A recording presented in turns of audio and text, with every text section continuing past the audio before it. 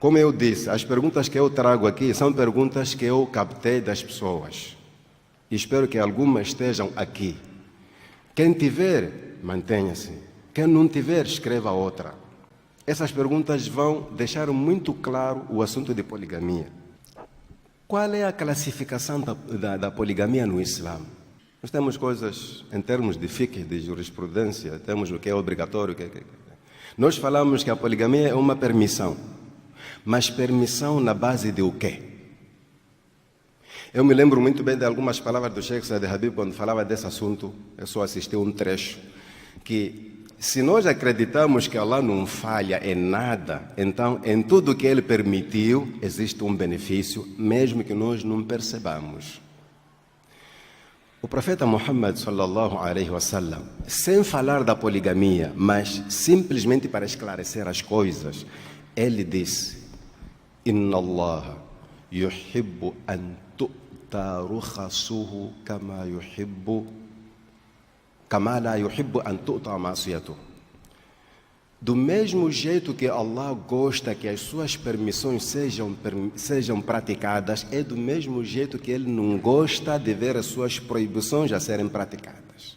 Ou seja, quando Allah permite uma coisa, Ele quer ver as pessoas a fazerem essa coisa. Não faz sentido Allah permitir e a coisa não se praticar. É assim que a gente diz que poligamia é um assunto polêmico, porque é uma coisa que Allah permitiu e as pessoas estão simplesmente a se afastar dessa coisa. Muda de nome. Se Allah permitiu diminuir o número de rakates durante a viagem, sempre que você viaja, diminua. Quando é que vai diminuir então? Por que Allah permitiu? Se Allah permitiu quebrar o jejum durante o Ramadã por causa de viagem, quando viajar, quebre. Você vai ter recompensa. Não vou quebrar. Então, aquela permissão veio para quem? Nesse sentido, a classificação da poligamia é uma coisa que Allah gosta. Allah gosta de ver os muçulmanos a praticar a poligamia. Não obrigou, mas gosta. Daí vamos buscar aquela resposta. Qual deve ser o motivo que leva o muçulmano a ser polígamo? Não vão inventar coisas que não têm cabeça nem pé. Eu tenho que ser polígamo porque minha esposa está doente, não está bem de saúde. Significa que se você vai ter a segunda esposa porque a primeira não está bem de saúde, assim que recuperar, vai voltar. Vai abandonar a segunda. Não é isso? A poligamia veio para facilitar os homens. Assim que a mulher ficar doente, se ela é estéril, ter com outra. Tudo bem. Se ela melhorar, começar a dar filhos, a outra já não vale. Não é isso. Simplesmente a gente pratica a poligamia porque Allah permitiu. E porque Ele permitiu, o nosso esforço deve ser tentar praticar com as condições que Ele colocou na poligamia. Não faz sentido você buscar motivos. É que naquele tempo os homens morriam muito na guerra, então os sahabas tinham que ter segundo. Agora, sem guerra, estão a morrer aí, homens. Mas ninguém pratica. Outros dizem, não, aquela é uma condição para os homens com condições. Os ricos são os primeiros a afastarem da poligamia. Não. É uma permissão. E Allah gosta dessa permissão. Calcule-se, veja se você pode ou não e vá praticar. Vê que não pode, não mexa o assunto. A segunda questão, eu acho das mais complicadas. Por que a maior parte dos companheiros do profeta Muhammad, sallallahu alaihi wasallam, não tiveram mais de uma mulher e hoje os seguidores do profeta Muhammad, a maior parte deles, a tendência é de ter segunda mulher? As pessoas que perguntam isto têm um argumento. Eles dizem assim: os sahabas e nós. Quem tinha imã? São os sahabas, não é isso? Os sahabas e nós. Quem tinha conhecimento? São os sahabas. Quem seguiram? Quem seguiu, quem viu o profeta? São os sahabas. Então por que eles não tiveram 2, 3 mulheres? A maior parte dos sahabas não tinham 2, 3 mulheres. a saber que eles liam este versículo. Essa é uma crítica e tem que ser respondida. É muito simples. Eu vou pedir ao meu chefe aqui para recitar um versículo, para explicar por que a maior parte dos sahabas não tinha duas mulheres. E que essa pergunta, essa crítica vai abaixo. أعوذ بالله من الشيطان الرجيم وإن خفتم ألا تقسطوا في اليتامى فانكحوا ما طاب لكم من النساء مثنى وثلاث ورباع فإن خفتم ألا تعدلوا فواحدة أو ما ملكت أيمانكم ذلك أدنى ألا تعولوا. Quando Allah diz, estão permitidos a ter segunda, terceira, quarta esposa, em frente ele diz, se vocês temerem, se você tiver o receio de que com duas esposas vou ser justo, acho que não, com três não. Então fique só com uma, cuide dessa uma, fique só com uma. Se quer ter mais outra esposa, então que seja sua escrava. Que seja sua escrava. Naquele tempo, o profeta Muhammad viveu num tempo de escravatura. Os sahabas, quando fossem à guerra, às vezes traziam aquilo que nós chamamos de ghanima, despojos de guerra. E dentro dos despojos haviam mulheres capturadas, homens capturados. Essas mulheres capturadas eram escravas. Aquele que capturasse uma, ou que tivesse acesso a uma, podia manter relações com ela sem casamento. A maior parte dos sahabas tinham escravas. Tendo escravas e a sua única esposa, por que arriscar em casar mais uma para dividir os direitos, sabendo que com a escrava não é obrigatório dividir direitos? Vou repetir de novo. Naquele tempo de escravatura, na guerra, captura uma mulher, ela ficava sua escrava, podia manter relações com ela. Você não tinha obrigação de tratar ela tal como você trata a sua esposa. A maior parte dos sahabas tinham escravas. Portanto, se for questão de mulher, mulher é mulher. Isso de escravatura é só nome. Mulher é mulher. Por que buscar mais uma segunda, para dar os mesmos direitos da primeira, sabendo que tem outra mulher que Allah não me obrigou a dar os seus direitos? Hoje não há escravatura. A única maneira de ter outra mulher é casando. Então os sahabas não casaram muitas mulheres porque tinham uma saída. E essa saída nós não temos hoje. Agora, com este número incontável de mulheres, vocês querem que nós transformemos outras em escravas? A escravatura agora é representada pelo zina. O que eu estou a dizer, querer tratar como uma mulher escrava, neste tempo em que a escravatura já acabou, então você só estará a fazer zina. Estará a esconder uma, outra só é conhecida. Essa que é escondida é exatamente uma escrava. E hoje a escravatura não existe. Casar uma em público, a outra na escuridão. Esta da escuridão você está a chamar por escrava e ninguém está pronto aqui para ser chamada escrava. A única via agora é casamento público, poligamia. Assim como você casou aqui, se quer casar a outra, assim como você fez aqui. Então os sahabas, na linguagem de hoje, tiveram mais de uma esposa, porque a maior parte deles tinham escravas. Essa é uma questão que você não pode fazer de argumento. Os sahabas não tinham duas mulheres, está bem, tinham escravas.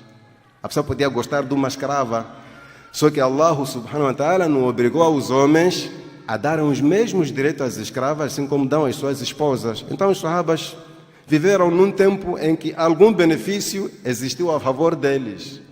E não é o único. Você sabe muito bem que mesmo no salat, os sahabas já viveram situações que nós não vivemos e nunca havemos de viver. Existiu um tempo em que os sahabas faziam salat e falavam entre si no salat. Nós nunca vamos passar por isso, porque a revelação era gradual.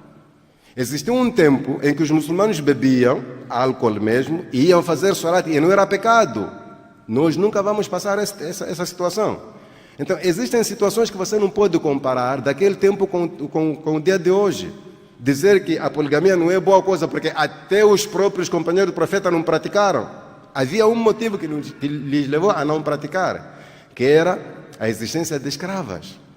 Allah sabe mais. A outra questão que se levanta sobre a poligamia, dizem, se a poligamia fosse uma coisa boa, aceitável, o profeta não ia proibir a sua própria filha de ser a segunda esposa. Nós sabemos aquela história de Ali bin Abi Talib, em que ele gostou da filha de Abu Jahl. Ali casava com Fátima. Fátima é filha do profeta Muhammad, sallallahu alaihi wasallam. Quando a Fátima se apercebeu, foi falar com o pai. Pai, meu marido quer ter segunda esposa. O profeta disse, a primeira pergunta foi, quem é essa esposa? Quero conhecer a pessoa. Não quer intervir sobre poligamia. Quem é a pessoa? A Fátima disse que é a irmã de Ikrima, é a filha de Abu Jahl. E o profeta sallallahu alaihi wasallam disse, inni la uhillu haraman wa la uharrimu halalan. Eu não fui enviado para proibir o que é lícito, nem fui enviado para proibir, digamos o contrário, para permitir o que é ilícito. Mas eu não aceito que a minha filha e a filha do meu inimigo sejam rivais, ou seja, tenham o mesmo marido. O profeta Muhammad sallallahu alaihi wasallam proibiu Ali de ter a segunda esposa por causa da proveniência daquela senhora. Era filha de Abu Jahl e o profeta não queria. Disse, não pode se juntar o meu sangue com o sangue de Abu Jahl. Ele não proibiu a poligamia. Está claro? Vocês dizem assim, o profeta proibiu. Ele tinha muita... Até porque isso pode ser ofensa. No fundo é uma ofensa ao profeta Muhammad alayhi salatu wassalam. Do tipo, ele é injusto. Ele tem 9 esposas, está a proibir o genro de ter a segunda. Mas o motivo foi esse. Allah, a coisa vem de Allah. A filha do profeta não pode ter o mesmo marido que seja o marido da filha de Abu Jahl. Allah decidiu assim. E o profeta implementou. Em nenhum momento ele proibiu. A prova que nos mostra que ele nunca proibiu a poligamia é o que aconteceu quando ele chegou em Medina. Encontrou aquele homem que tinha 10 mulheres. O que ele fez? Esse é o papel do Islã na poligamia. Quando o Sheikh Said Habib lançou aquela pergunta, o que o Islã veio fazer com a poligamia? Apenas veio regular. O profeta Muhammad alayhi salatu wassalam disse, deixe 6, fique com 4. O Islã só permite 4. E tem mais outras provas. Chegou um momento em que Umar bin al-Khattab radiyallahu anhu queria casar com a filha de Ali bin Abi Talib. E Ali disse, não, você não casa com minha filha, é muito pequena. É muito pequena. Umar disse, não, o meu casamento tem um objetivo, eu só quero juntar o meu sangue com o sangue do profeta Muhammad alayhi salatu wassalam. São essas coisas que nós devemos perceber. Quando eu falo que essa coisa de casar crianças não é boa, assim, não, o profeta Muhammad, a Aisha era pequena. Muita atenção, cuidado. Sabe, quando se fala de sunna, há sunnas que nós não devemos imitar, há sunnas limitadas, há coisas que só o profeta fazia, você não pode. Eu não estou a dizer que é haram, mas casar com uma menina, uma miúda, é muito arriscado. Você sabe como é que a Aisha casou com o profeta Muhammad alayhi salatu wassalam? Conhece os motivos? O profeta nenhum dia foi na casa de Abu Bakr para dizer que quer casar com sua filha. Foi uma ordem de Allah, no sonho. E nós sabemos que o sonho de um profeta é real. Ele viu a Aisha no prato, um prato de prata, a cara dela. E Allah disse, Hadihi zawjatuka fi dunya wal akhirah. Essa é tua mulher no dunya e no akhirah. Ele diz, se isso é uma coisa que vai acontecer, Allah fará acontecer. Outro dia sonhou e viu a cara da Aisha na mão dele. As palavras foram as mesmas. هذه زوجتك في الدنيا والآخرة. Era uma ordem de Allah para casar com Aisha. Por quê e para quê? Allah sabe mais, mas nós podemos fazer uma pequena exploração. Allah sabia que mente colocou na cabeça de Aisha. Para decorar aqueles hadiths todos, viveram muito tempo a transmitir a mensagem do profeta Muhammad (s.a.w). Então não é argumento hoje para casar com menininhas pequeninas. O profeta Muhammad casou com Aisha quando tinha 9 anos. Desculpa lá, é preciso compreender bem as coisas, a essência das coisas. Está cheio de pessoas da sua idade, vai casar. Deixa essas meninas estudarem e vão casar com outras pessoas com idades próximas. Eu não estou a condenar a questão de diferença de anos, mas eu estou a mexer esse assunto só para compreender os motivos de certas coisas que hoje se transformam em polêmicas. Tudo bem. A outra questão, o que é que a mulher muçulmana deve fazer para superar essa dor do ciúme que aparece por causa da poligamia? Agora vou virar para as minhas irmãs. O que é que você deve fazer? Já que Allah permitiu, e se Allah permitiu, sabe por que permitiu. Você não pode ir contra aquilo que Allah permitiu. Qual é a saída então? Ya Rabbi, isto dói, e Allah sabe que dói, mesmo assim permitiu. Como é que eu vou superar esta dor? Podem existir muitas formas, mas eu vou vos dar aqui um remédio que se você aceitar com toda a sinceridade, você há de viver como segunda ou terceira, mas não vai lhe afetar isso. Falamos que a classificação da poligamia é simplesmente uma permissão.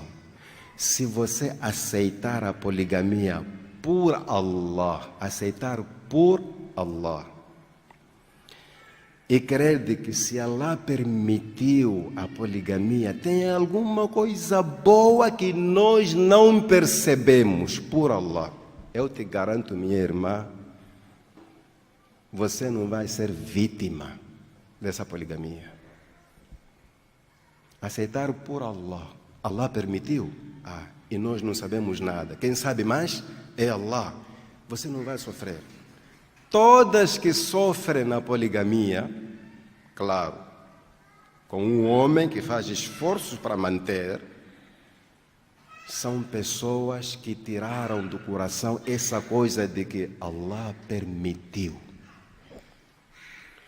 Vamos lá conversar um pouco, minhas irmãs. Vocês nunca se perguntaram por que Allah colocou essa propriedade no corpo da mulher, no organismo da mulher, de ser ela que engravida, ela que amamenta, ela, sabendo que a coisa vem dos dois. Por que Allah não deu essa coisa de engravidar os homens, do tipo, este ano ele fica grávido, né? Grávido, este ano sou eu. Por que Allah colocou essas coisas todas na mulher? Tem resposta para isso? A única resposta, Allah sabe por quê que fez. Mas vão me dizer, vocês gostam de ficar grávidas? Sinceramente falando, gostam? Eu não sei, né? Mas eu imagino, sabe? Eu estou a pensar, alguém me dar esta água, andar com ela 9 meses, eu vou deixar isto cair. Sinceramente, vou deixar cair. Não é pesado, mas 9 meses não vou andar com isto. Vocês andam com uma coisa bem grande 9 meses. Gostam daquilo? E lá na Casa Branca o que acontece? Vocês gostam? O que vocês fizeram? Façam o mesmo com a poligamia. Conformaram-se. Qaddarallahu wa ma sha'a fa'al. Allah decidiu assim. Ele sabe por que decidiu. Porque não tem como apagar este versículo do Alcorão. Ele já memorizou também. Aí você será obrigado a fazer o que muitos fazem quando leem o Alcorão. Toda sura que fala do pecado que ele mais faz, ele evita recitar aquela sura, porque estará a se condenar. Suratul Isra é inimiga dos zinadores, porque você vai lendo depois wala taqrabu zina, aí quando você diz zina, o som é outro.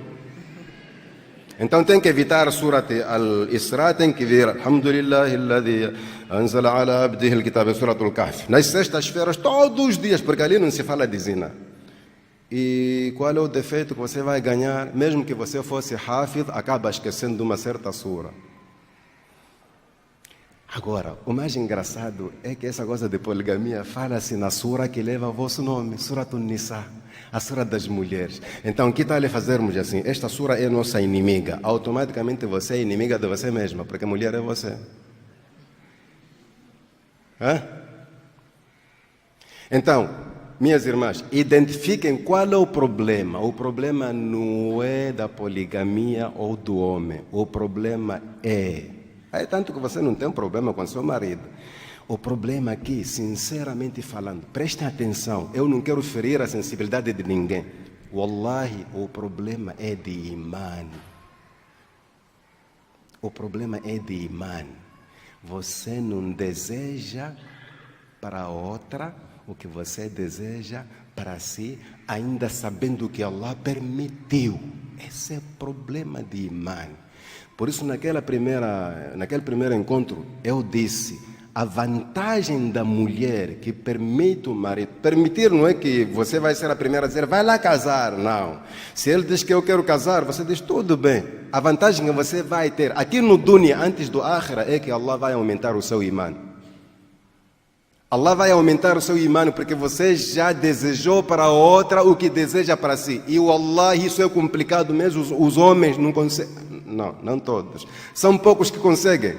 Desejar para o outro o que você deseja para si é um desafio muito grande. Uma pedra no sapato. Eu vou dar exemplo. Se existir alguém que negue, pode negar. Temos divórcio, né? No Islã. Estamos permitidos a divorciar. Quando necessário. A pergunta que eu lanço é a seguinte. Quem é que quando se divorcia da sua esposa diz, oh Allah, facilite para ela um novo casamento com outro homem e facilite para mim também? Quem é que já disse isso? Quem? Já disse, mashallah, Allah lhe abençoe, facilite para ele um bom casamento e deixe. Este ponto aqui é onde o imã funciona, porque você deseja para o seu irmão muçulmano que você deseja para si. O normal é que as pessoas dizem o quê? No fundo do seu coração, aquela não vai casar, não vai casar, não vai casar. E depois quando aparece a informação de que está há 4 meses aí a andar, ninguém... Eu já disse, quem aguentava com aquela sou eu. Quer dizer, orgulhar-se em nome de falta de imã. Não é fácil desejar para o outro o que você deseja para si. Não é fácil. É esse o problema. E depois, a segunda dica que vocês devem ter em conta é poligamia. Dói muito. Meu marido vai ter a segunda esposa. Mas estamos aonde? Faça-lhe essa pergunta. Estamos aonde? Estamos no dunya. Até quando? Daqui a pouco a gente sai. Isto é provisório. Este ciúme é uma coisa provisória. No Jannah você não vai chorar nem vai se preocupar.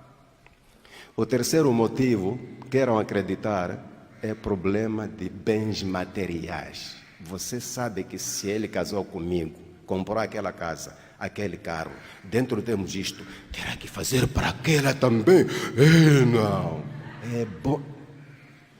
Não é? A prova disso, inshallah, vamos ver no Jannah, que Allah nos introduza no Jannah. Vamos ver no Jannah, porque no Jannah ninguém vai viver com sua esposa. Você fez salat, Allah vai lhe pagar o seu salat, sua casa. Você quer seu marido, combine, é na casa dele, é na sua casa, é no jardim. Ninguém vai depender da coisa do marido. E lá, nenhum homem vai ter uma esposa e não haverá luta. Sabe por quê? Porque cada um tem o que chega. Acabou. Aqui o problema é que construiu casa para ela. Aquela mobília é para ela. Aí você começa a procurar problemas de AVC e outras coisas. Por causa de bens materiais. Se vocês não colocarem bens materiais aqui no coração e tiverem essas 2 dicas, a poligamia não vai estragar nada na sua vida. Apesar de tudo isso, eu quero concordar que o melhor homem no casamento é aquele que tem uma única esposa e não anda fora. Esse homem, para mim, é 10 by 10, em vez de 4 by 4.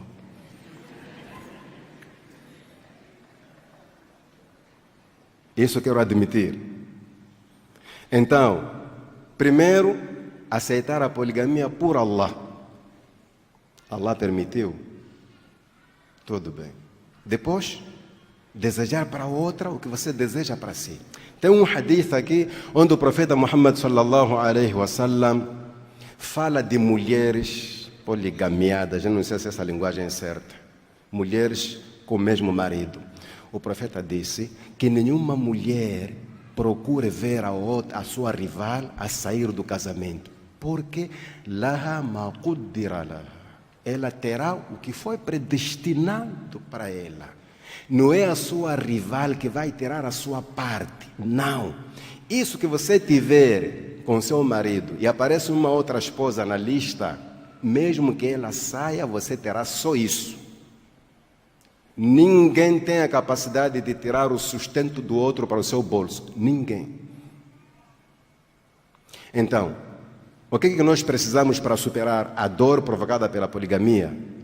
É simplesmente fortificarmos a nossa aqida, a nossa crença. Allah permitiu, sabe por que permitiu?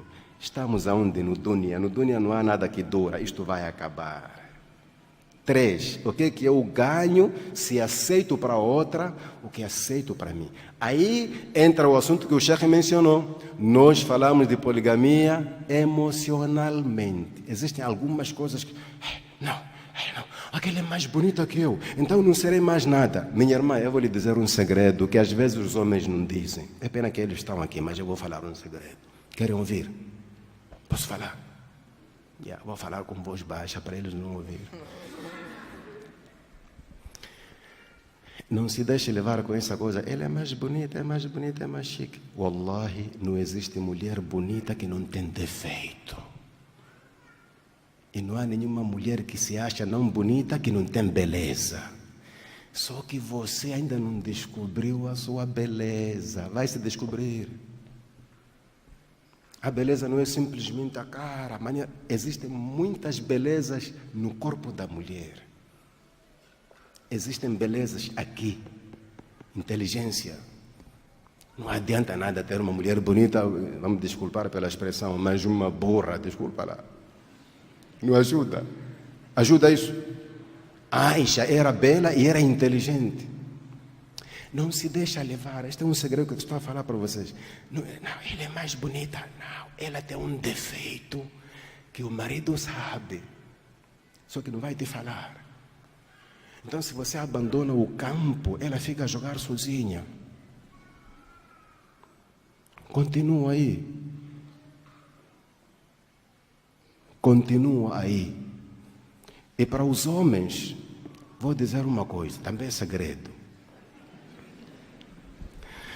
Toda mulher que sair da sua casa porque você foi buscar outra mulher, wallahi não gostava de você. É, não é? Toda mulher. Mas vocês sabem o que é gostar de alguém? Não é aquele gostar aparente, aquele gostar que entra até aqui, chega aqui. Você não vai deixar seu marido porque ele tem uma segunda esposa, ainda saber que Allah permitiu. Ou nesse instante você já não gosta dele, ou antes você não gostava. Não existe essa mulher que vai abandonar o marido porque teve a segunda esposa. Se abandona, o gosto não é real. É quando a família entra aí.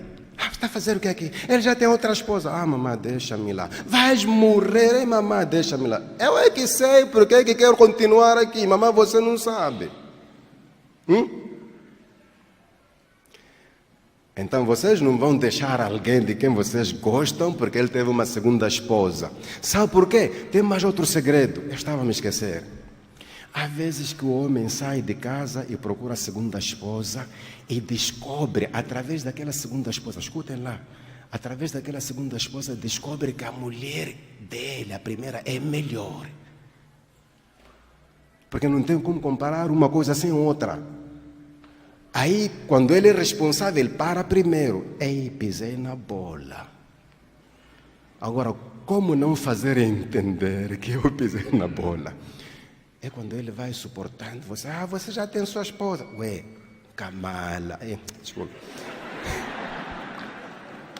Acho que vocês percebem uma coisa, né? Kamala significa fica lá calada. Ele não pode falar daquele defeito lá porque é proibido no Islã. Já falei de privacidade. Não pode pegar segredos de lá e transportar para aqui. É a única coisa que fica lá calada. Não, se você fica lá. Com ela descobriu que a primeira era melhor. E você quer abandonar depois de chegar no topo, depois de ser classificada. Tenha paciência primeiro. É possível que ele volte. Não sejam precipitadas. Estou a falar mal da segunda, né? Não. Coloquem lá essas 3 dicas, são muito importantes para você suportar a dor do ciúme provocada pela poligamia. Outra pergunta diz: será que os ricos são as únicas pessoas permitidas a praticar a poligamia? Esse pensamento sempre andou conosco, que poligamia é para pessoas que têm possibilidades. Eu não encontro onde é que se falou isso, porque onde se falou isso, fala-se de um casamento normal. Todo que vai casar tem que ter alguma coisa, pelo menos o dote, as condições, casa, sei lá o quê, se vai alugar, vai emprestar, mas tem que ter algumas condições. Isso não tem nada a ver com poligamia, essa é a regra, são os princípios do casamento. Tem que ter alguma coisa. Man istata'a minkum al-ba'ata falyatazawwaj. Não tem nada a ver com poligamia. A poligamia, sim, a obrigação do homem é avaliar o seu nível, o seu padrão de vida. Eu posso ter 3 esposas com minha pobreza, mas esposas do meu nível, que não vão reclamar com aquela pobreza. O problema dos homens é que às vezes não olham para a compatibilidade. Vai casar só porque gostou da pessoa. Por isso muitos sofrem. Começam a reclamar de muita coisa. Vai casar com uma doutora e ele, coitadinho, nem ensino básico fez.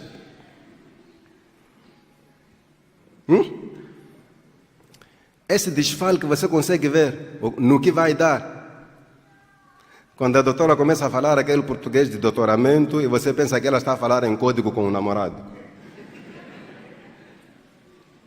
Tem que olhar para a compatibilidade. Com quem vou casar?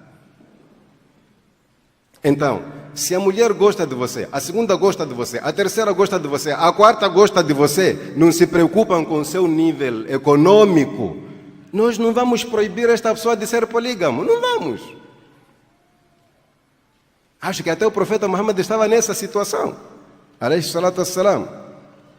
Agora, se nós transportarmos conosco esse pensamento de que poligamia é para ricos, vejam agora os ricos o que é que fazem. Quantos ricos têm mais de uma mulher? Sabe qual é o medo do rico? Ele avalia o dinheiro que gastou numa só mulher e começa a pensar na segunda. Não. Enquanto o rico tem medo de gastar, o pobre tem medo de avançar. E a poligamia continua um assunto polêmico. É complicado quando somos nós a complicar. Tudo bem. A outra questão.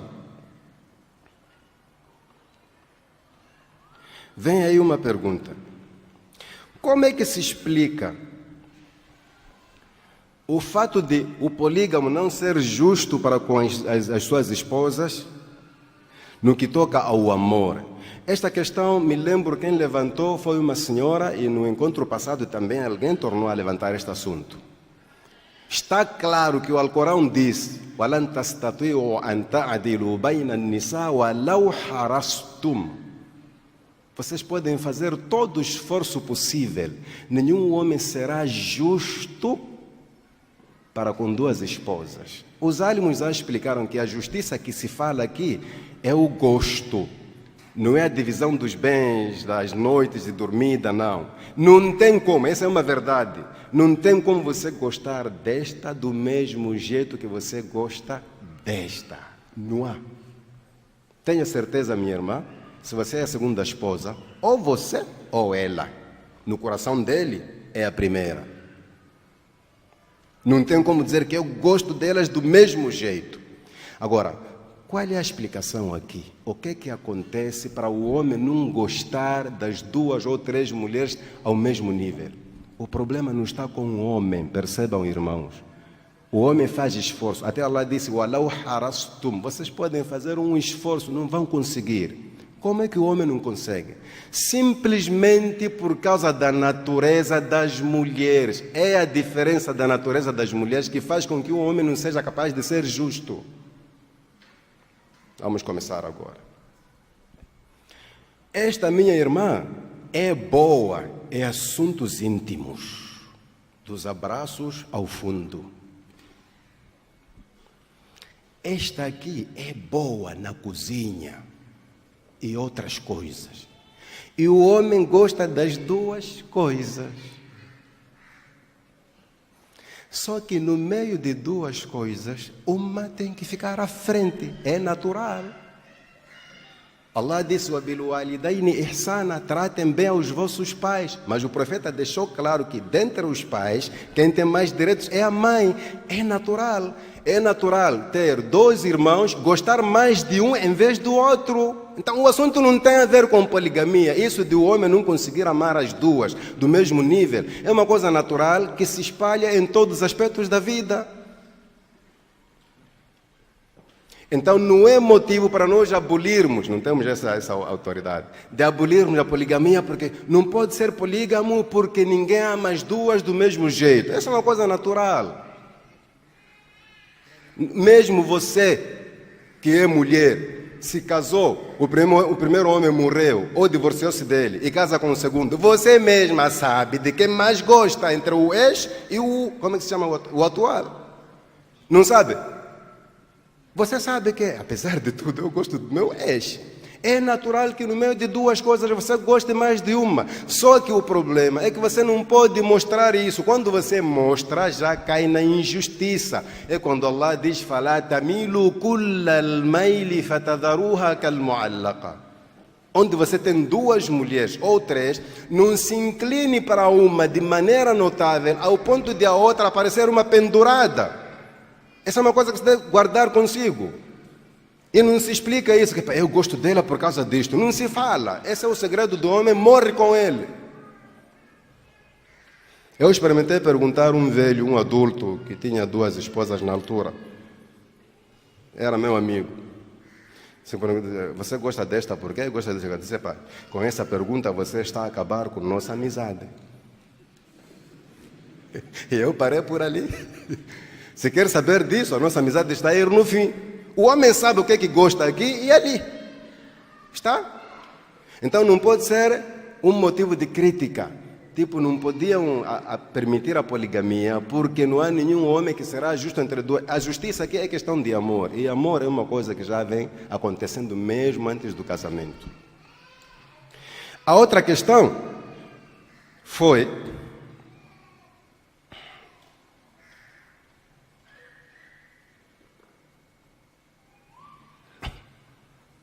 Por que o profeta Muhammad sallallahu alaihi wasallam praticou a poligamia na segunda e última fase da sua pregação?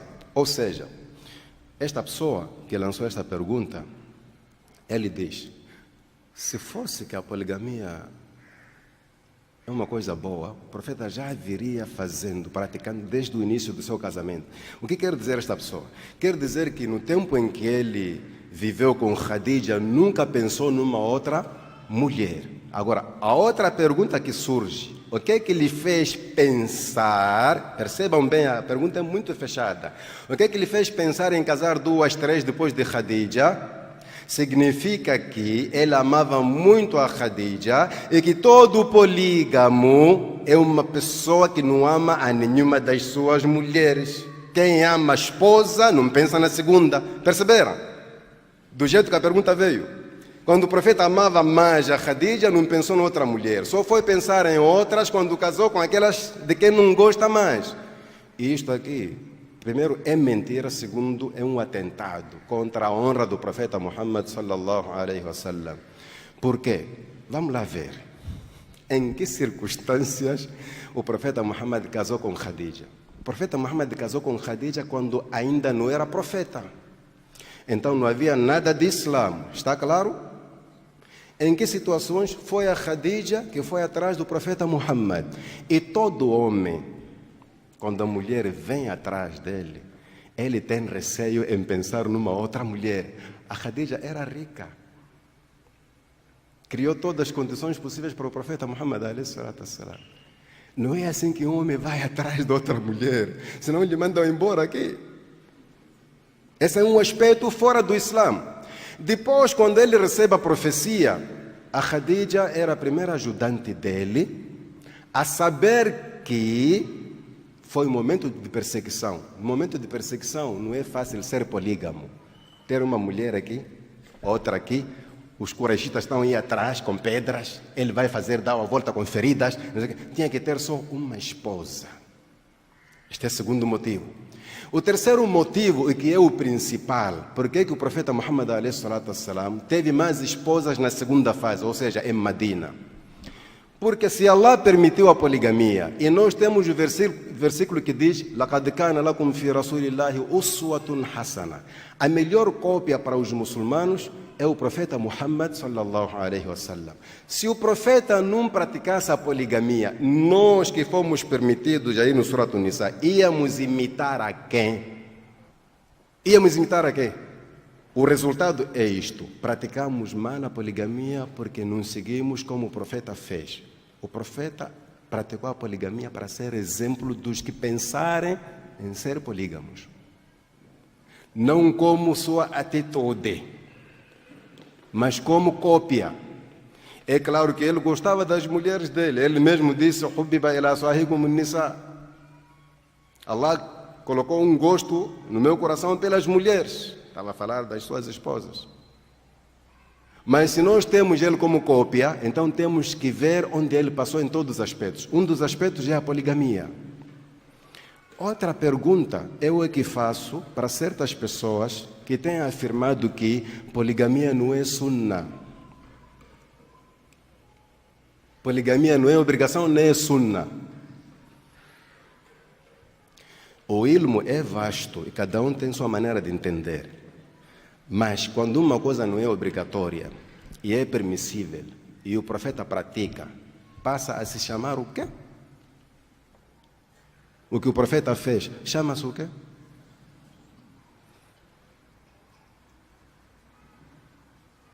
Aparecem pessoas a falar, às vezes são sheikhs. Isso não é obrigação, nem é sunnah. É o quê? É mubah. O mubah, quando se pratica pelo profeta, chama-se o quê? Sabe, eu acho que a nossa preocupação como muçulmanos devia ser os álamos fazerem muito esforço simplesmente para esclarecer como é que a poligamia se pratica e não criar condições para as pessoas pensarem que a poligamia é um bicho de 7 cabeças. Porque assim nós estaremos a travar uma guerra contra Allah. Porque às vezes você fala mal da poligamia porque tem uma filha e você tem medo que ela seja a segunda. Mas pela tradição, pela sunnah, todo aquele que contradiz, seja a ordem de Allah, seja a sua permissão, a consequência acontece em sua casa. Vamos gastar o tempo a explicar às pessoas para perceberem melhor, conforme a sunnah, o que é poligamia. E não gastar o tempo a falar mal da poligamia porque isto vai chegar lá em casa. A sua filha vai gostar de um homem casado de uma maneira que o solteiro para ela não vale nada. E vamos ver como é que você vai combater sua filha. Combateu Allah, Allah virou, agora combate com sua filha. Allah faz isso. Sua filha gostar de um homem casado. Que ele é casado, não, eu gosto dele. Eu gosto dele. Agora a luta é você e sua filha. Isso acontece quando você trava guerra contra Allah subhanahu wa ta'ala. Vamos lá deixar claro, assim como praticamos outras coisas que Allah permitiu e expliquemos. Aquele que é capaz que vá, o que tem medo volte. Mas não vamos gastar o tempo a falar mal contra uma coisa que Allah permitiu. É um grande atentado. Além de que, no Aqida, isso pode transformar você em um... Como é que chama murtad em português? Um apóstata. Porque uma das condições que tira a pessoa do Islã é detestar o que o profeta praticou. Detestar só. Eu não gosto disso. Ao ponto, eu já ouvi alguém a dizer, sabe, se aparecesse um governo para lutar contra a poligamia, eu não sei o que faria. Até esse ponto, isso é kufru. Como é que Allah permite uma coisa e você vê como shaitan nessa coisa? Então, esse tipo de perguntas surge de pessoas mais ou menos com esse tipo de pensamento. Outra coisa é que costumam dizer que poligamia é coisa de adultos, velhos, não é para jovens. Eu vou dizer o contrário, é para jovens, não é para velhos. É mais para jovens do que velhos. Eu falei aqui de bola com ar, né? Futebol, jogo, né? Qual é a equipe que tem velhos? Poligamia exige uma certa força. O profeta praticou na velhice porque foi naquele momento em que ele devia ser exemplo. É tanto que também não podemos comparar com o profeta, que o profeta tinha uma força de 30 homens. Sabiam disso? Naquele assunto ali, o profeta tinha, os sahabas diziam assim, que o profeta Muhammad a.s. tinha força de 30 homens, naquele assunto ali. Agora não é esperar fazer 55, vou ter a segunda, fica com essa uma aí, só para dar trabalho pessoas só. Como percebem rápido quando é esse trabalho, você não é fácil. Tudo bem. É coisa de jovens. Sejam jovens, homens. Tudo bem, nós vamos dar continuidade.